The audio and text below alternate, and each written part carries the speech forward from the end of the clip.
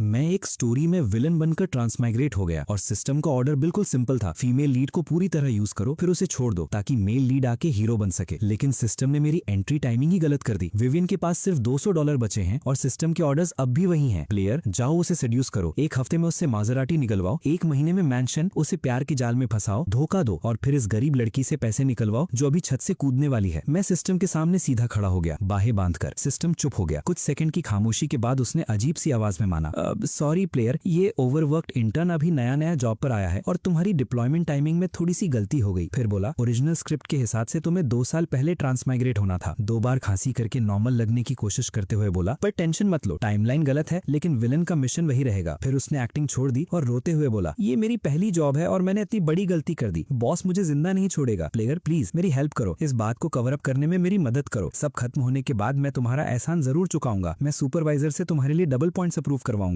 अगर मैं वैसे ही 2 साल पहले आता जैसे आना चाहिए था तो ओरिजिनल स्टोरी में विवियन की कंपनी अभी अभी स्टॉक मार्केट में लिस्ट हुई थी और जबरदस्त सक्सेस पर चल रही थी। बिजनेस वर्ल्ड में उसका नाम सबसे ज्यादा चर्चा में था। वो एक राइजिंग टेक क्वीन थी जिसके बारे में हर कोई बात करता था। माजराटी क्या चीज थी, वो तो शौक से मैंशन भी खरीद सकती थी। पुराने अमीर खानदानों के टाइकून्स उससे अपनी फैमिली में शादी करवाना चाहते थे, एक परफेक्ट पावर मर्जर के लिए। लेकिन बहुत कम लोग जानते थे कि विवियन के दादाजी का कभी गांव में एक्सीडेंट हुआ था और उनकी जान जी सरनेम वाले एक जवान किसान ने बचाई थी। तब दोनों ने एक वादा किया था, अगर उनके बच्चे या पोते पोती हुए तो उनकी शादी आपस में कर दी जाएगी। लेकिन फिर लिया फैमिली शहर लौट गई और दोनों परिवारों का कांटेक्ट धीरे धीरे टूट गया। बचपन की वो मंगनी सब भूल गए। सिर्फ मैं, एक चालाक और ठंडे दिल वाला विलन, कहीं से उस कहानी के बारे में जान गया और पूरे देश का सफर करके ओल्ड मिस्टर जी के पोते सेबेस्टियन बनकर पहुंच गया। मैंने झूठ पे झूठ बोला, विवियन पर डिपेंड किया, उसके पैसे उड़ाए और उसे मजबूर किया कि वो मुझे डेट करे, मुझसे एंगेजमेंट करे। और फिर जैसे ही उसे फंसाया गया और वो बैंकरप्ट हो गई, मुझे बिना कोई निशान छोड़े गायब हो जाना था। अगर वो अपनी जान देने की कोशिश भी करे तो मुझे पलक तक नहीं झपकनी थी, कभी मुड़कर नहीं देखना था, क्योंकि असली सेबेस्टियन ही इस कहानी का सच्चा मेल लीड है। ओरिजिनल नॉवल में ओल्ड मिस्टर जी के गुजरने के बाद सेबेस्टियन को उनकी विल में बचपन वाली मंगनी का पता चला। वो एक के बाद एक ट्रेन बदलता हुआ लंबा सफर करके आखिर विवियन की कंपनी तक पहुंच गया और अगले ही पल उसने विवियन को बिल्डिंग की छत पर देखा, किनारे पर खड़ी, लड़खड़ाती हुई, कूदने के लिए तैयार। यही कहानी का सेटअप था, क्योंकि ये एक रिडेम्पशन स्टोरी है। असली सेबेस्टियन कभी किसी बेरहम विलन की तरह उसे छोड़कर नहीं जाता। वो नरम दिल और दयालु है। सबसे मुश्किल और टूटे चुके पल में वो विवियन को बचा लेता है। लेकिन अब वो कहाँ है? वो दिल को हिला देने वाली रेस्क्यू सीन कहाँ गया? और ये क्या हो रहा है? हीरो की जगह यहाँ मैं क्यों खड़ा हूँ? सिस्टम ने 2 बार खांसी की। सॉरी प्लेयर, सिस्टम एरर की वजह से मेल लीड की एंट्री भी डिले हो गई है। अब वो फीमेल लीड से अगले 2 साल तक नहीं मिलेगा। तो तब तक क्या तुम ओरिजिनल स्क्रिप्ट फॉलो करके फीमेल लीड को थोड़ा सा धोखा दे सकते हो? मैं सच में इस सिस्टम पर फटने ही वाला था, लेकिन मैं कुछ बोल पाता उससे पहले ही रूफटॉप के किनारे खड़ी विवियन एक कदम आगे बढ़ा देती है। उसका दायां हाथ उस नेकलेस को पकड़े हुए है जो उसकी माँ की आखिरी निशानी थी। उसका पूरा बदन हिल रहा है जैसे किसी भी पल गिर सकती हो। अगर फीमेल लीड मर गई तो पूरी स्टोरी लाइन बर्बाद हो जाएगी। उसके बाद कुछ भी ठीक नहीं हो सकता। मेरा दिमाग घूम गया, सोचने का वक्त ही नहीं था। अगले ही पल में पूरी ताकत से उसकी तरफ दौड़ा और उसकी कमर को जोर से पकड़ लिया। दुख में डूबी विवियन को कुछ समझ ही नहीं आया। वो पीछे की तरफ झटके से गिर गई और हम दोनों जमीन पर धड़ से गिर पड़े। वो काफी देर तक मुझे देखती रही, एक अजनबी जो अचानक कहीं से आ गया था। धीरे धीरे जैसे उसे कुछ समझ आया, उसने सिर हिलाया और कड़वी सी मुस्कान के साथ बोली, मेरी जान बचाने के लिए शुक्रिया, लेकिन मैं सच में जीना नहीं चाहती। तुम्हारे जाने के बाद मैंने तुरंत उसकी बात काट दी। तुम फिर भी मरने वाली हो? अगर यहाँ असली सेबेस्टियन होता तो वो विवियन को प्यार से समझाता, उसका दर्द बांटता और उसे अंधेरे से बाहर निकालता। लेकिन मैं वो नहीं हूँ। मैं मेल लीड का रोल नहीं चुरा सकता, इसलिए अगले ही पल मैंने उससे थप्पड़ मार दिया। मरने की हिम्मत कैसे हुई तुम्हारी? पता है मैं कौन हूँ? मैं वो आदमी हूँ जिससे तुम्हारी शादी होने वाली है। हमारा एग्रीमेंट अभी तक पूरा नहीं हुआ। तुम मर कैसे सकती हो? विवियन पूरी तरह से शॉक हो गई। एक अजनबी अचानक सामने आकर खुद को उसका फ्यूचर हस्बैंड बता रहा था। कोई भी हिल जाता। सालों से सीईओ रहने के बावजूद उसका पेशेंस कमाल का था। थप्पड़ खाने के बाद भी उसने बस सिर हिलाया। आप गलत इंसान के पास आ गए हैं। अगले सेकंड मैंने दूसरे गाल पर भी थप्पड़ मार दिया। गलत इंसान? मुझे बिल्कुल पता है तुम कौन हो। तुम विवियन लू हो। तुम्हारे दादा और मेरे दादा जान से बढ़कर दोस्त थे। जी विलेज में हमारी बचपन की मंगनी हुई थी। मैं सांस लेकर फिर बोला, मेरे गांव में सबको पता है लू फैमिली कितनी अमीर हो गई है। तुम्हारी सिटी में कंपनी है, मैंशन है, तुम सीईओ हो। अब ऐसे नहीं कह सकते कि ये रिश्ता एग्जिस्ट ही नहीं करता। आखिर मुझे तुम्हारा सीईओ हस्बैंड बनना है। विवियन ने अपना लाल हुआ गाल छुआ, कुछ देर सोचा, फिर खड़ी होकर मुझे देखा, जैसे उसे अचानक कुछ याद आ गया हो। Sebastian right? मेरे दादा ने कुछ ऐसा मेंशन किया था, लेकिन लू फैमिली बर्बाद हो चुकी है। मैं अब वो विवियन नहीं रही। मैं तुम्हें वो जिंदगी नहीं दे सकती जो तुम चाहते हो। हमें वो रिश्ता तोड़ने वाली थी और मैं उसे ये कहने ही नहीं दे सकता था, क्योंकि अगर मंगनी टूट गई तो मेरे मुड़ते ही वो दोबारा रूफटॉप के किनारे चली जाती। मैं तुरंत आगे बढ़ा और उसके कॉलर को पकड़ लिया। पूरा विलन मोड ऑन। मैं उसके मुंह पर चिल्लाया, क्या मतलब? तुम मुझे छोड़ना चाहती हो? तुम इतनी बेरहम और बेशरम कैसे हो सकती हो? मेरे गांव में सबको पता है कि मैं यहाँ अमीर घर में शादी करने आया हूँ। अगर तुमने रिश्ता तोड़ दिया तो मैं लोगों का सामना कैसे करूंगा? ठीक है फिर मैं ही मर जाता हूँ। सच कहूँ तो इस पॉइंट तक मैं खुद भी अपनी एक्टिंग पर थोड़ा यकीन करने लगा था। मैंने उसे एक तरफ धक्का दिया और रूफटॉप के किनारे की तरफ दौड़ पड़ा। मुझे मत रोको। विवियन ने अपनी जिंदगी में ऐसा पागल इंसान नहीं देखा था। एक पल के लिए वो जम गई, फिर तुरंत दौड़ी और पीछे से मेरी कमर को जोर से पकड़ लिया। उसकी आवाज कांप रही थी। ऐसा मत करो प्लीज, कोई बेवकूफी मत करो, मैं तुमसे शादी करूंगी, बस ये मत करो।